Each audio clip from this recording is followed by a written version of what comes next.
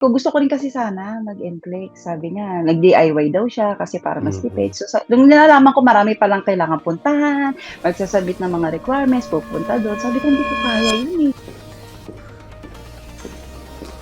Nasa college pa lang ako, dream ko na talaga siya. Pero hindi ko talaga siya, sabi ko parang mananatili lang siyang dream, eh. Parang gano'n, eh. Kasi sabi ko parang to the highest level na yun, baka hindi ko na siya kaya. Sabi ko gano'n. Siyempre, yung baka yung expenses din, yung time. Tapos parang ang hirap pagsabihin kasi mami din ako, eh. May dalawa akong anak. And then, after kong year 2023, after my delivery, siguro mga 1 year na yung ano ko, nandun pa lang ako nag-decide na mag-take ng NCLEX. Sabi ko, I think this is the best time since nandito lang ako sa bahay. Kumbaga, mas madali para sa akin. Meron akong friend na nagpa-process ng papers. Sabi niya, friend, tinanong ko siya. Sabi ko, gusto ko rin kasi sana mag-NCLEX. Sabi niya, nag-DIY daw siya kasi para mas Mm. tipid. So, nung nalalaman ko marami palang kailangan puntahan, magsasabit ng mga requirements, pupunta doon. Sabi ko, hindi ko kaya yun, eh. Kasi meron ako alaga, meron ako baby. So, may nag-suggest siya, yung friend ko ng, bakit hindi mo i-try yung iPass? Meron sila doon, sila na lahat magpa-process ng papers mo, hindi mo na kailangang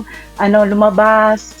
Yung convenient talaga ibibigay sa'yo. Then, ayun nga, nung nag-inquire ako, ang bilis ng ang bilis ng response naman sa akin. So, yung credentials ko sa schools, yung sa PRC ko, sila lahat. So, very smooth yung lahat ng transaction. So, at the same time, syempre, nakatutok din ako kay baby. 2 years old na siya ngayon.